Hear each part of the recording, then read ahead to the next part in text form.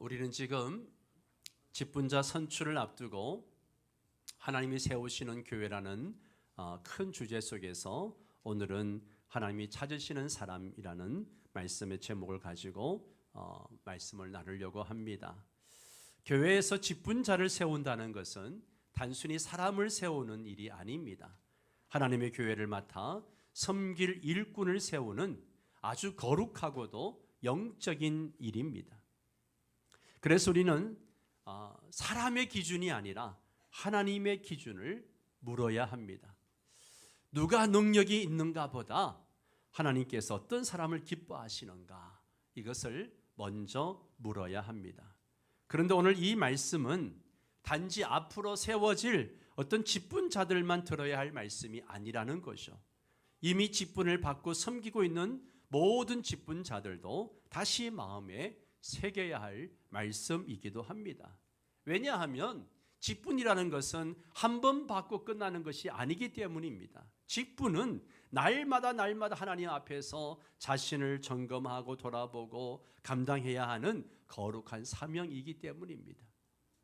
장로도 권사도 집사도 서리 집사도 마찬가지입니다. 직분은 명예가 아니라 책임입니다. 대우받는 자리가 아니라 섬김의 자리입니다. 처음 직분 받을 때의 그 떨림과 눈물의 시간이 지나면서 시간이 지나면서 사라질 수 있습니다. 처음에 헌신이 익숙함으로 변할 수도 있고요. 직분은 남아있는데 은혜는 다 식어버릴 수 있다는 거죠.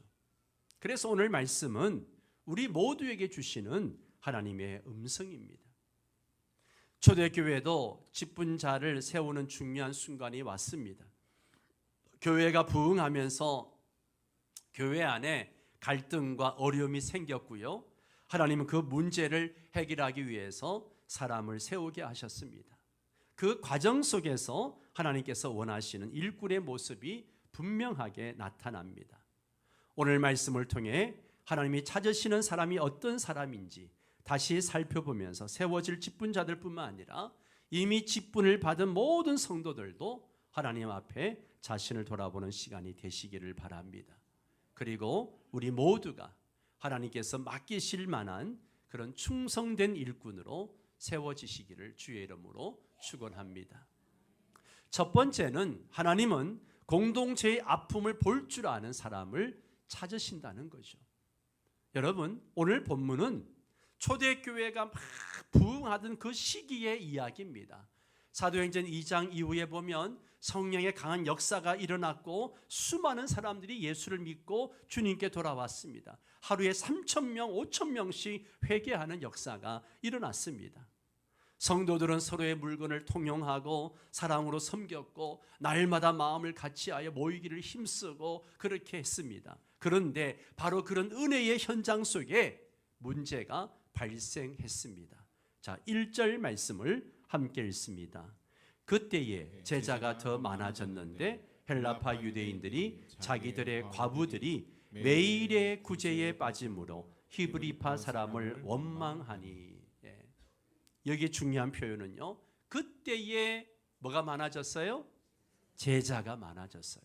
그때에 성도들이 굉장히 많아졌습니다. 교회가 성장하자 문제가 생긴 거죠. 우리는 종종 착각할 때가 있습니다. 은혜가 충만하면 갈등이 없어질 거라고 생각합니다. 문제가 없을 거라고 생각합니다. 정말 그럴까요? 성경은 그렇게 말하지 않습니다. 교회가 살아 움직이면 반드시 감당해야 할 문제들이 생깁니다.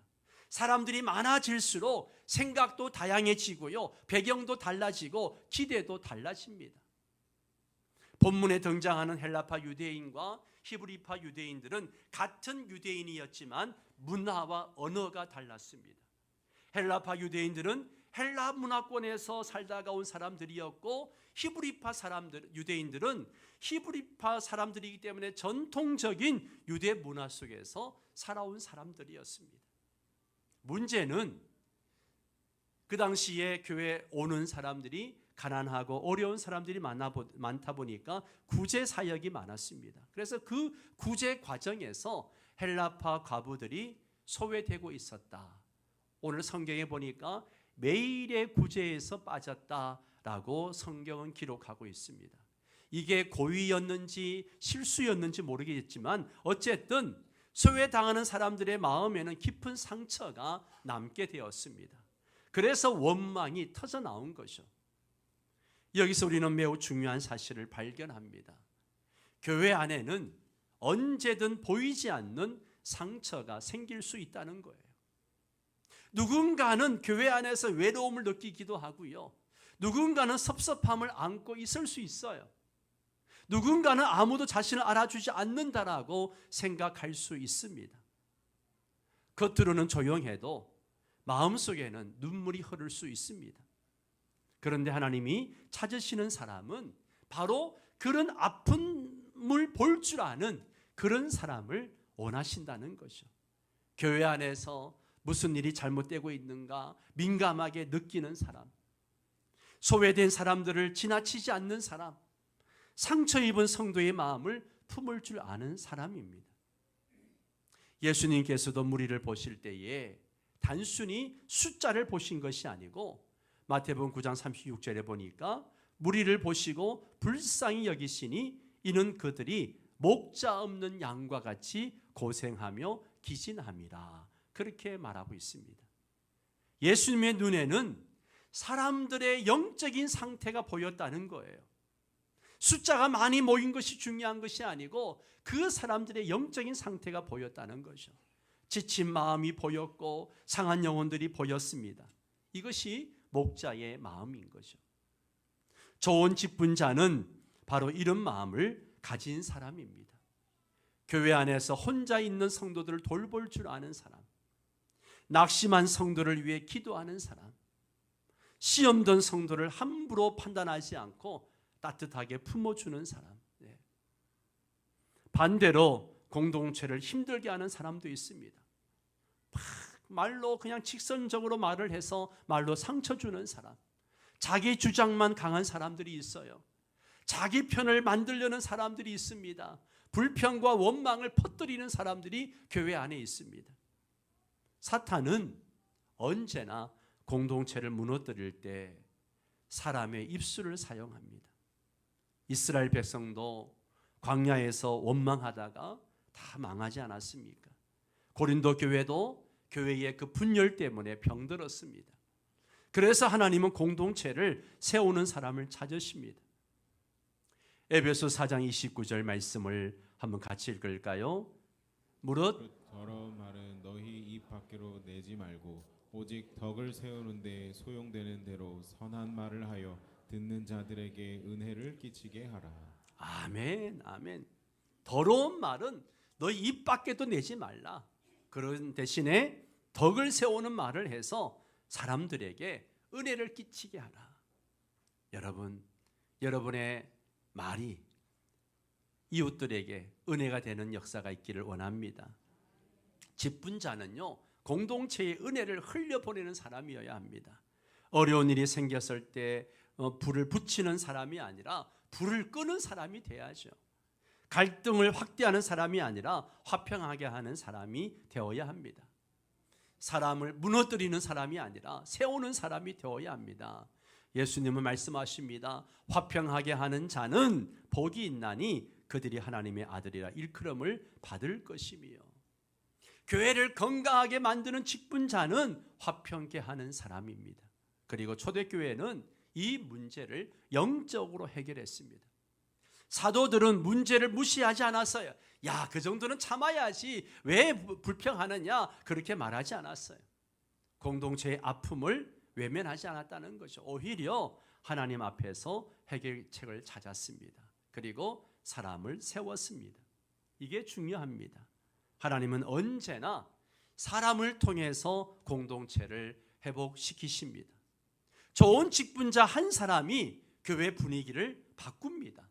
따뜻한 말 한마디가 낙심한 영혼들을 살립니다. 진심 어린 섬김 하나가 공동체를 하나 되게 하는 은혜가 있습니다. 오늘 우리 모두가 주님의 마음으로 교회를 품게 되기를 바랍니다.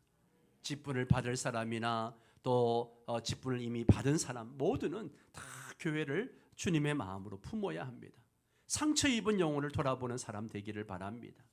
그리고 하나님께서 내가 찾던 사람이다 그렇게 말씀하시는 귀한 일꾼들이 되시기를 주의 이름으로 축원합니다. 두 번째는요, 하나님은 성령과 지혜가 충만한 사람을 찾으십니다.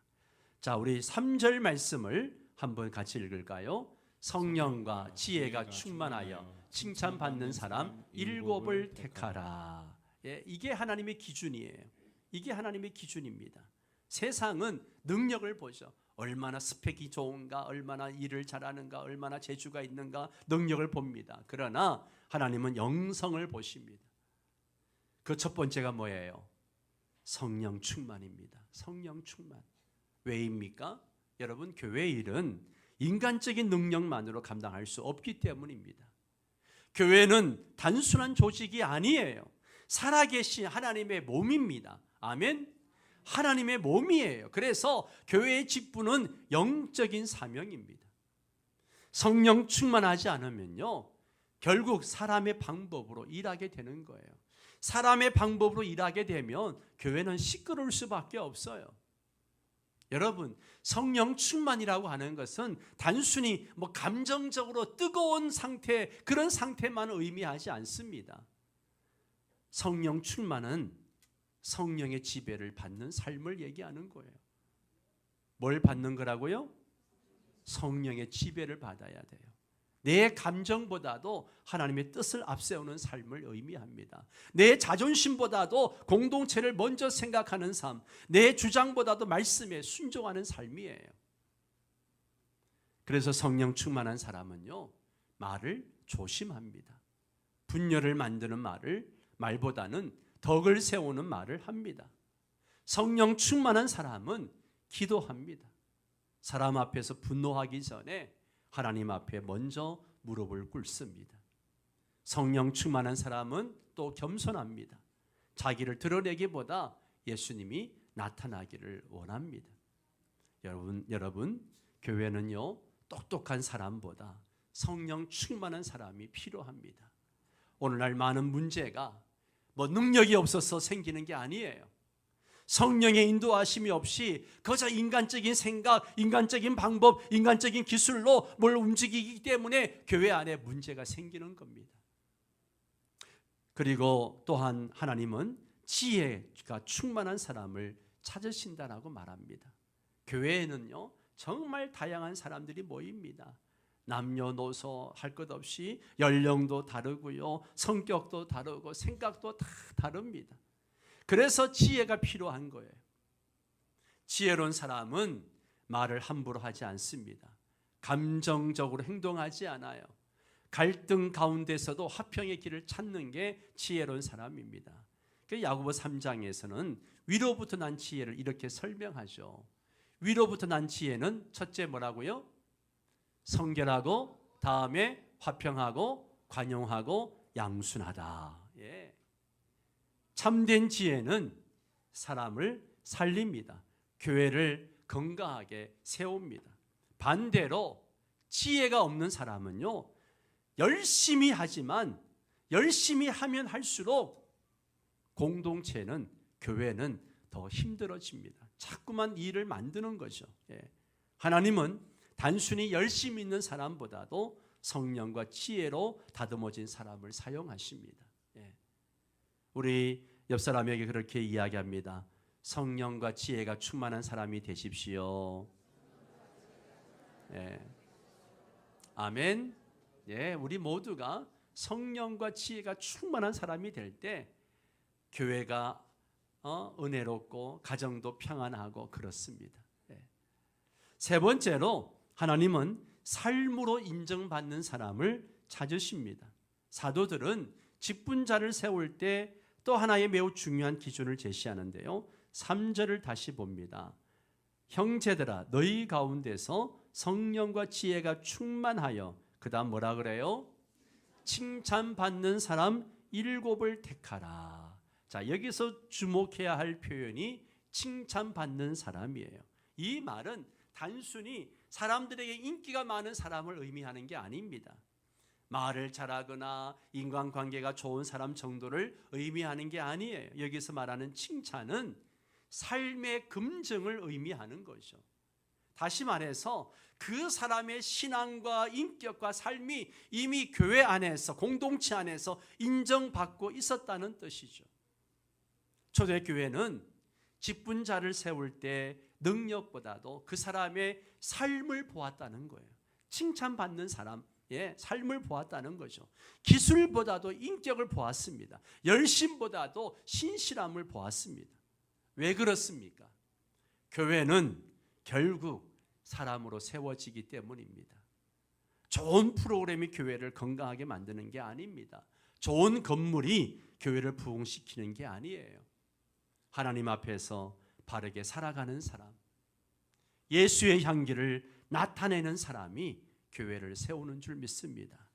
그래서 하나님은 언제나 삶으로 인정받는 사람을 사용하십니다. 사람은 결과를 보지만 하나님은 과정을 보십니다.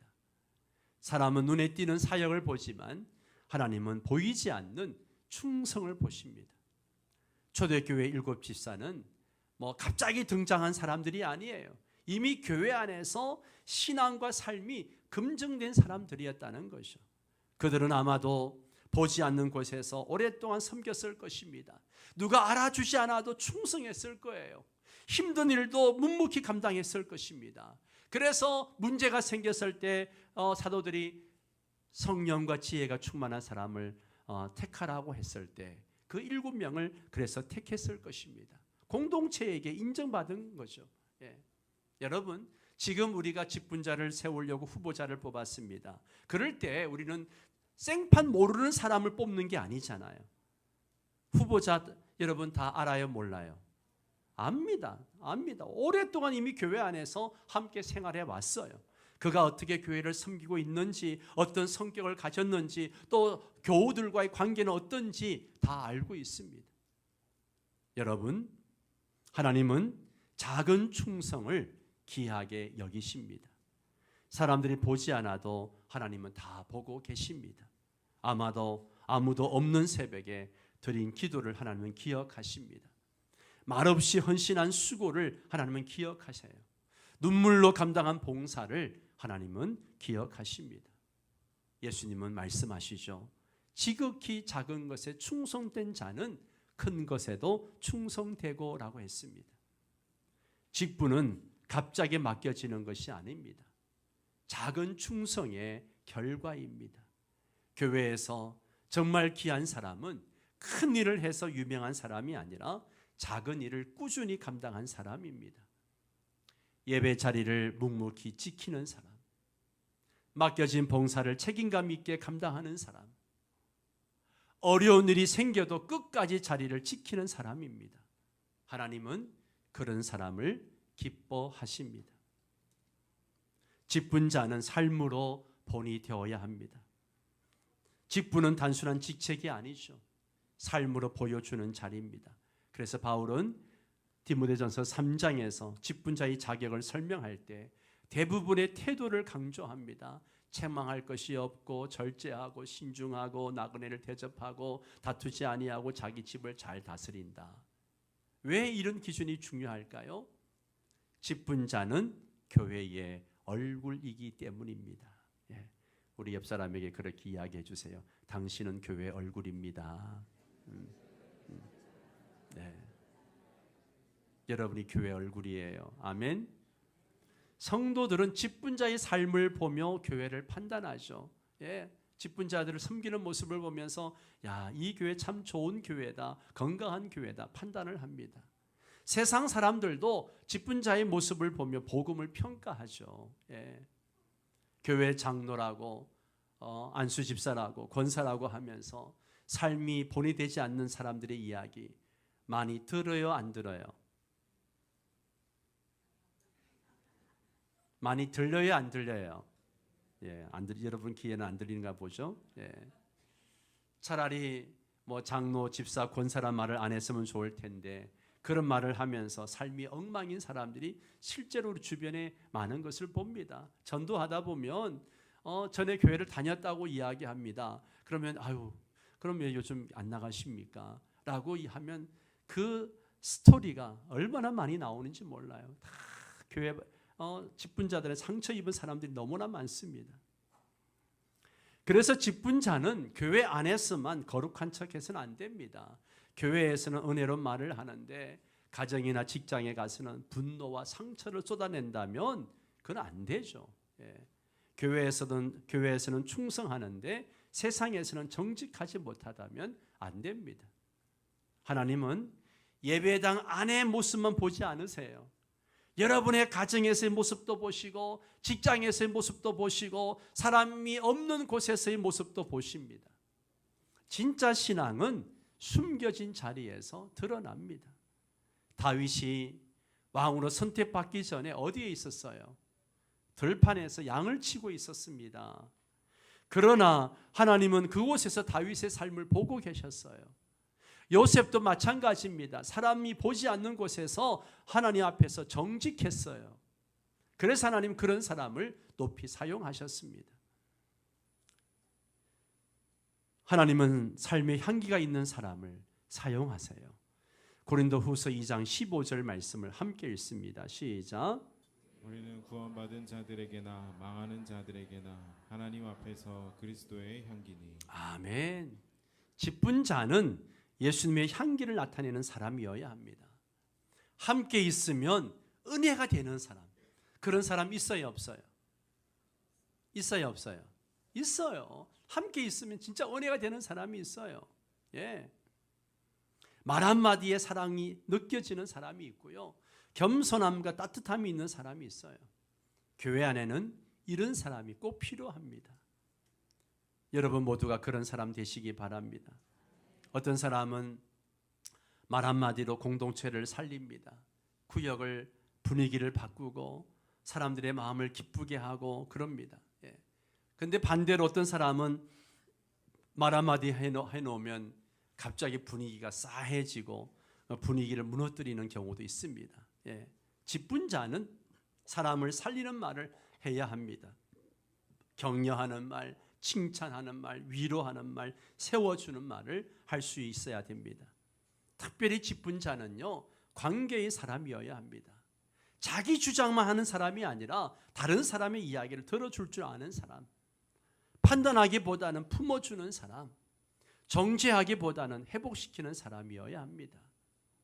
예수님께서는 상한 갈대를 꺾지 않으셨고 꺼져가는 심지를 끄지 않으셨어요. 직분자는 바로 이런 예수님의 마음을 닮아야 합니다. 결국 하나님은 충성된 사람을 찾으시는 거예요. 하나님이 우리에게 요구하시는 것은 충성입니다. 능력은 부족할 수 있어요. 실수할 수도 있습니다. 그러나 끝까지 충성하는 사람은 하나님이 사용하십니다. 교회는 완벽한 사람들로 세워지는 곳이 아니라 은혜 받은 죄인들이 함께 세워나가는 공동체인 줄 믿습니다. 마지막 네 번째로 하나님은 말씀과 기도를 붙드는 사람을 찾으신다는 것이죠. 자, 우리 함께 4절 말씀을 함께 읽습니다. 우리는 오로지 기도하는 일과 말씀 사역에 힘쓰리라. 교회 안에 문제가 생겼습니다. 구제의 문제가 생겼고 원망이 생겼고 해결해야 될 실제적인 필요가 있었습니다. 그런데 사도들은 한 가지를 분명히 붙들었어요. 아무리 일이 많아도, 아무리 해야 할 일이 많아도 교회 중심은 말씀과 기도라는 사실이에요. 왜 그렇습니까? 교회는 사람의 조직이 아니라 하나님의 공동체이기 때문입니다. 교회의 힘은 인간의 능력에서 나오는 것이 아니라 하나님으로부터 나오기 때문입니다. 세상의 조직은 시스템으로 돌아갑니다. 그러나 교회는 성령의 역사로 움직이는 거예요. 그래서 교회는 말씀과 기도가 중심이 되어야 합니다. 아멘. 말씀과 기도가 중심이 되어야 돼요. 말씀과 기도는 교회의 생명입니다. 따라서 합니다. 말씀과 기도는 교회의 생명이다. 사람에게 숨이 중요하듯이 교회에는 말씀과 기도가 중요합니다. 숨이 끊어지면 육체가 죽듯이 말씀과 기도가 약해지면 교회도 영적으로 약해집니다. 여러분, 초대교회가 강했던 이유가 뭐예요? 건물이 좋아서입니까? 재정이 많아서입니까? 교회 안에 힘 있는 사람들이 많아서입니까? 아닙니다. 그들은 말씀과 기도에 사로잡혀 있었어요. 사도행전 2장을 보면 날마다 사도의 가르침을 받았고 기도하기를 힘썼다고 했습니다. 핍박 속에서도 기도했고 위기 속에서도 말씀을 붙들었습니다. 그래서 초대교회가 흔들리지 않았던 거예요. 이것은 우리 한국교회 초대교회도 마찬가지였어요. 수많은 핍박이 있었지만 흔들리지 않았어요. 왜 그래요? 말씀과 기도가 중심이었기 때문에. 오늘날 한국교회가 약해지는 이유도 여기에 있습니다. 활동은 많아졌지만 기도는 줄어들고요. 프로그램은 많아졌지만 말씀의 깊이는 약해졌습니다. 사람들의 아이디어는 많아졌지만 하나님의 음성을 듣는 시간은 점점 줄어들고 있다는 거죠. 그러나 성도 여러분, 교회는 인간적인 열심으로 유지되는 것이 아닙니다. 말씀이 살아있어야 됩니다. 기도의 불이 꺼지지 않아야 돼요. 시편 127편 1절에 뭐라 그래요? 여호와께서 집을 세우지 아니하시면 세우는 자의 수고가 어떻게 된다고요? 헛되다 그랬어요. 헛되다 그랬습니다. 여호와께서 집을 세우지 아니하시면 세우는 자의 수고가 헛되다 그랬습니다. 아무리 직분자들이 열심을 내어서 교회를 세워나간다 할지라도 거기에 말씀과 기도가 없으면 헛될 수밖에 없는 거예요. 그래서 직분자는 먼저 기도하는 사람이어야 합니다. 직분자는 일 중심보다도 영성 중심이어야 합니다. 오늘 본문에서 사도들은 구제 사역을 무시한 게 아니에요. 오히려 더 건강하게 감당하기 위해서 사람을 세운 겁니다. 매우 중요한 원리죠. 교회는 일을 위한 공동체가 아니고 하나님을 예배하는 공동체입니다. 그런데 때로는 교회 안에서도 일이 많아져서 하나님보다 일이 앞설 때가 있어요. 사역은 열심히 하는데 기도는 없습니다.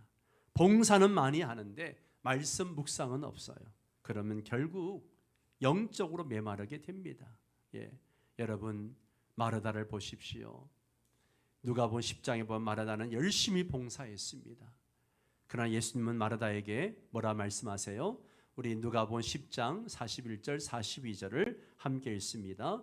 주께서 대답하여 이르시되 마르다야 마르다야 내가 많은 일로 염려하고 근심하나 몇 가지만 하든지 혹은 한 가지만이라도 족하니라. 마리아는 이 좋은 편을 택하였으니 빼앗기지 아니하리라 하시니라. 아멘. 마르다는 열심히 봉사하는 유형의 사람이에요. 그러나 마리아는 예수님 발 앞에 앉아서 말씀을 듣는 사람이었습니다.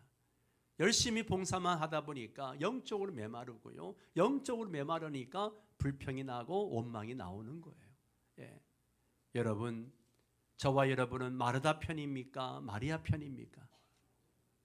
어느 편에 더 속해져 있습니까? 마리아는 예수님 발 앞에 앉아 말씀을 들었습니다. 예수님은 말씀하죠. 이게 더 중요하다. 여러분, 교회 직분자는 단순히 일 잘하는 사람이 아니라 하나님 앞에 머무는 사람이어야 합니다. 기도 없이 일만 하면 쉽게 지칩니다. 지치면 그냥 원망이 나오고 불평이 나오고 그러다가 그만두게 되는 경우도 보게 됩니다.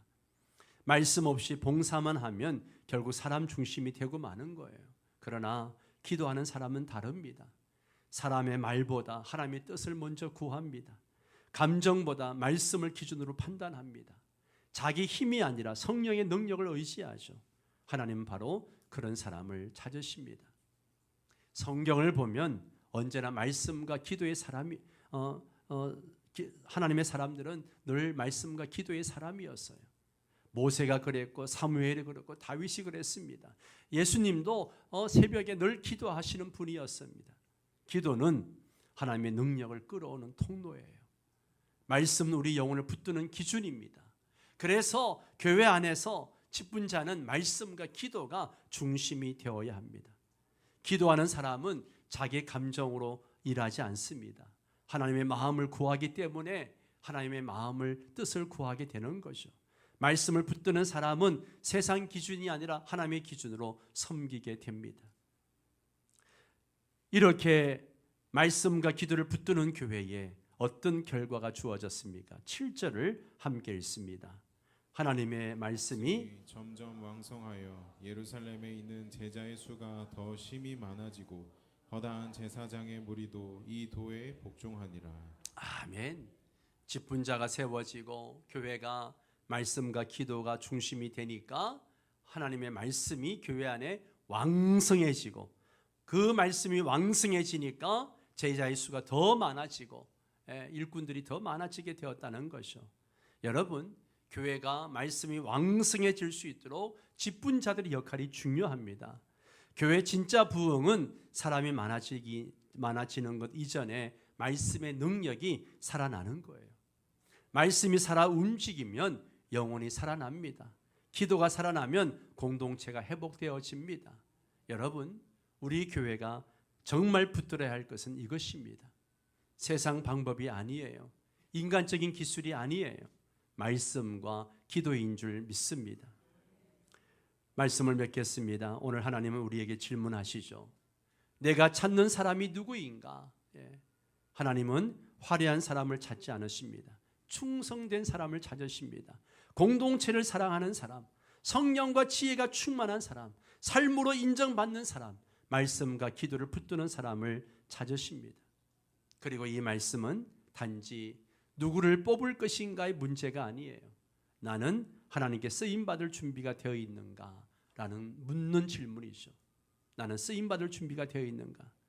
직분을 맡든 맡지 않든 우리는 하나님의 일꾼입니다. 우리 교회가 사람의 기준이 아니라 하나님의 기준으로 직분자를 세우게 되기를 바랍니다. 그리고 우리 모두가 하나님께서 찾으시는 그런 사람으로 살아가기를 주의 이름으로 축복합니다. 다 함께 일어나셔서 함께 찬양하겠습니다.